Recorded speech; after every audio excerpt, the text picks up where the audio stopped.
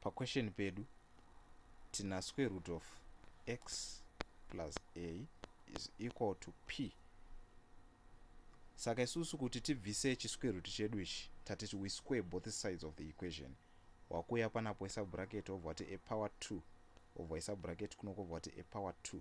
Saka paunongo square both sides bonesa a power 2 kunokuside unobva watosara una x plus a wakutoti zviri equal to p to the power 2 like this.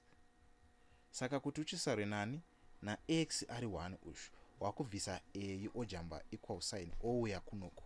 Saka unosara una x is equal to p to the power 2. A akachinja side akaenda kuna minus akaenda kuna p to the power 2 anobva achinja achita minus a. Saka inenge ya p minus that is p to the power 2 minus a. So ndosaka tiri kuona panapa pakanyorwa like this. That is how we were supposed to do this.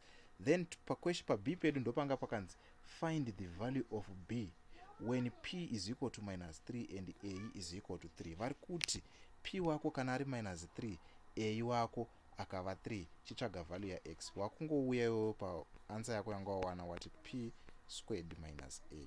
Wakuuya pana p ndoporisa minus 3 wakuchiti minus 3 over what is squared over what minus, then pana a uri kuisa ani 3 over what 3 like this. Then wakati minus 3 to the power 2 unowana positive 9. Zvangofanana nekuti minus 3 times minus 3 paunoona a power like wakanzi x squared zvakangofanana nekuti x times x. Ukaona pakanzi minus 3 squared zviri bracket like this zvangofanana ngoti minus 3 times minus 3. Saka wakati minus 3 times minus 3 uri kuwana ani 9 kunokobva kuti minus 3. Saka x wako anenge ari 9 minus 3. Saka wakati 9 minus 3 uchawana zviri 6. Saka x wako your answer iri kufanira kubuda iri 6. Ndo the value of what? The value of x.